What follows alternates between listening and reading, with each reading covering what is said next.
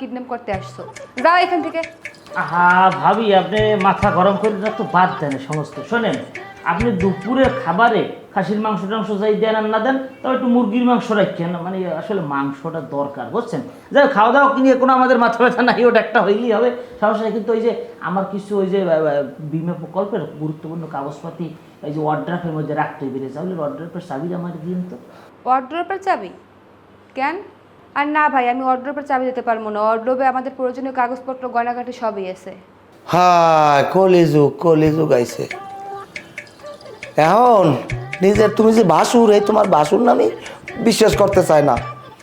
হনো, আমরাও চিন্তা ভাবনা করছি, যতক্ষণে তোমরা আমাকে বিশ্বাস না করবা আমরা অতক্ষণে এই ড্রয়িং রুমেই থাকবো, যে কালে বিশ্বাস অর্জন হইবে এই কালে আমরা এনতে যাবো।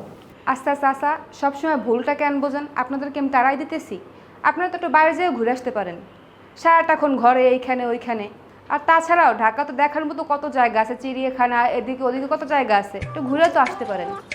আরে মামি, কিসের কি চিড়িয়াখানা বুঝলাম না কিছু। চিড়িয়াখানায় কেন যাব? সেখানে তো খাঁচার ভিতরে পশু আটকানো থাকে, ওখানে যাব কেন? আমার যাইতে একটু শপিং মলে। শপিং মলে গিয়ে ভিডিও কলে ইদানিং ভিউ বেশি হয়। সুন্দরী সুন্দরী যে মেয়েরা আসে শপিং করতে, তাদের যদি কোনো কায়দায় ভিডিওর মধ্যে আনতে পারি, রিলসের মধ্যে আনতে পারি, সেই ভিডিওটা কিন্তু বেশি মানুষজন দেখে। শোনেন মামি, আপনি একটা কাজ করেন, আমাকে কিছু টাকা দেন, আমি একটা রিং লাইট কিনবো। রিং লাইট কি বুঝছেন? ওই যে সাইড ফেসে যে গোল একটা লাইটের নাম থাকে, ওইটার মধ্যে মোবাইল রেখে ভিডিও করলে চেহারাটা একটু ভালো দেখা যায়। ভিউ বানাইতে গেলে কিছু ইনভেস্টমেন্টের দরকার আছে তো মামি। আমি আর পারতেছি না। আজকে রেজাউল আসুক, হয়তো এরা থাকবো না তো আমি থাকবো। গাইজ, আপনারা কিছু মনে করবেন না, হয়তো মামি সামান্য বিরক্ত হয়েছে, ঠিক হয়ে যাবে। মামির ব্লগ আপনাদেরকে কন্টিনিউ দেবো। সবাই আমাকে লাইক, কমেন্ট এবং শেয়ার দিয়ে পাশে থাকুন। ধন্যবাদ সবাইকে। কি একটা অবস্থা রে বাবা, রে বাবা!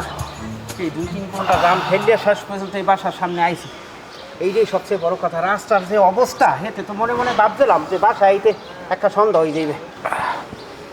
আল্লাহ, এই ঢাকা শহর কোন হালার বলায় বসবাস করতারে? 2 ঘন্টা জামে থার চাইয়া 6 মাস জেল কাটা ভালো। আমার জীবনটা এককালে শেষ। তোকে ঘরে করু তেল আস, আমার একটু করু তেল দিস, আমার এই কোমর মাজা লাগবে, আমার অবস্থা খারাপ। আপনি যেরকম হরতেছেন হাতে বুঝে আমরা এত্তেরা মেরুদণ্ড অপারেশন হয়েছে। হ্যাঁ, এই- আপনার কি আছে? ঢাকা শহরে জাম এটা স্বাভাবিক বিষয়, এটা মানিয়ে নিলেই তো হয়।